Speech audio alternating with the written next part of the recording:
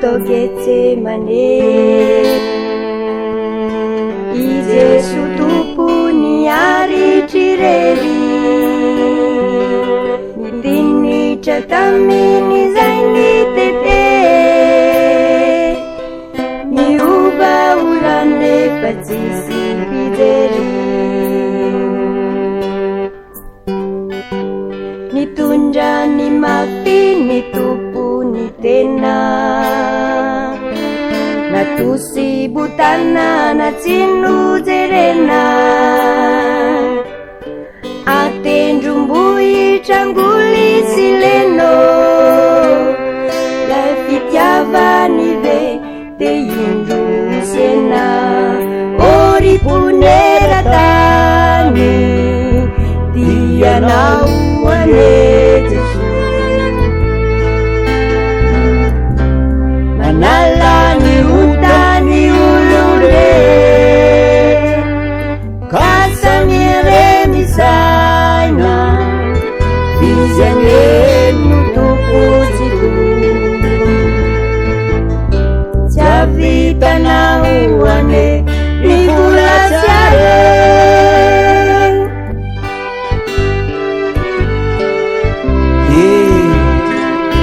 Izy le zanak'Andriamanitra lahy tokana tonga hamonjy atsika olombelona, izay nanafaka atsika tao anatin'ny aiziny fahotana. Tiavany atsika no natonga izany, mitondra ny aretina sy ny tomany,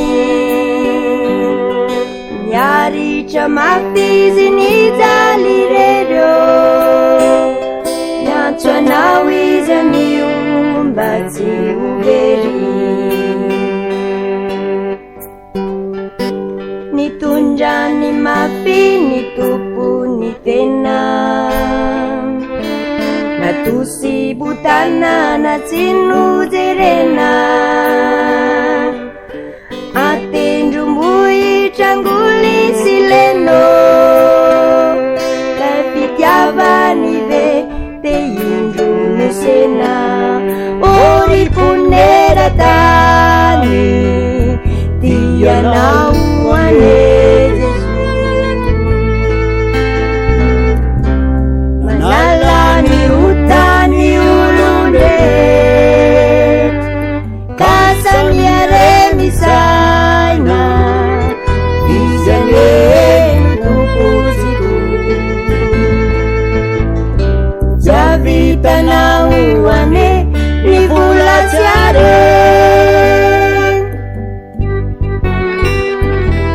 Ny fahafatesana dia tsy hitondranao na tapam-panjaitra monja aza,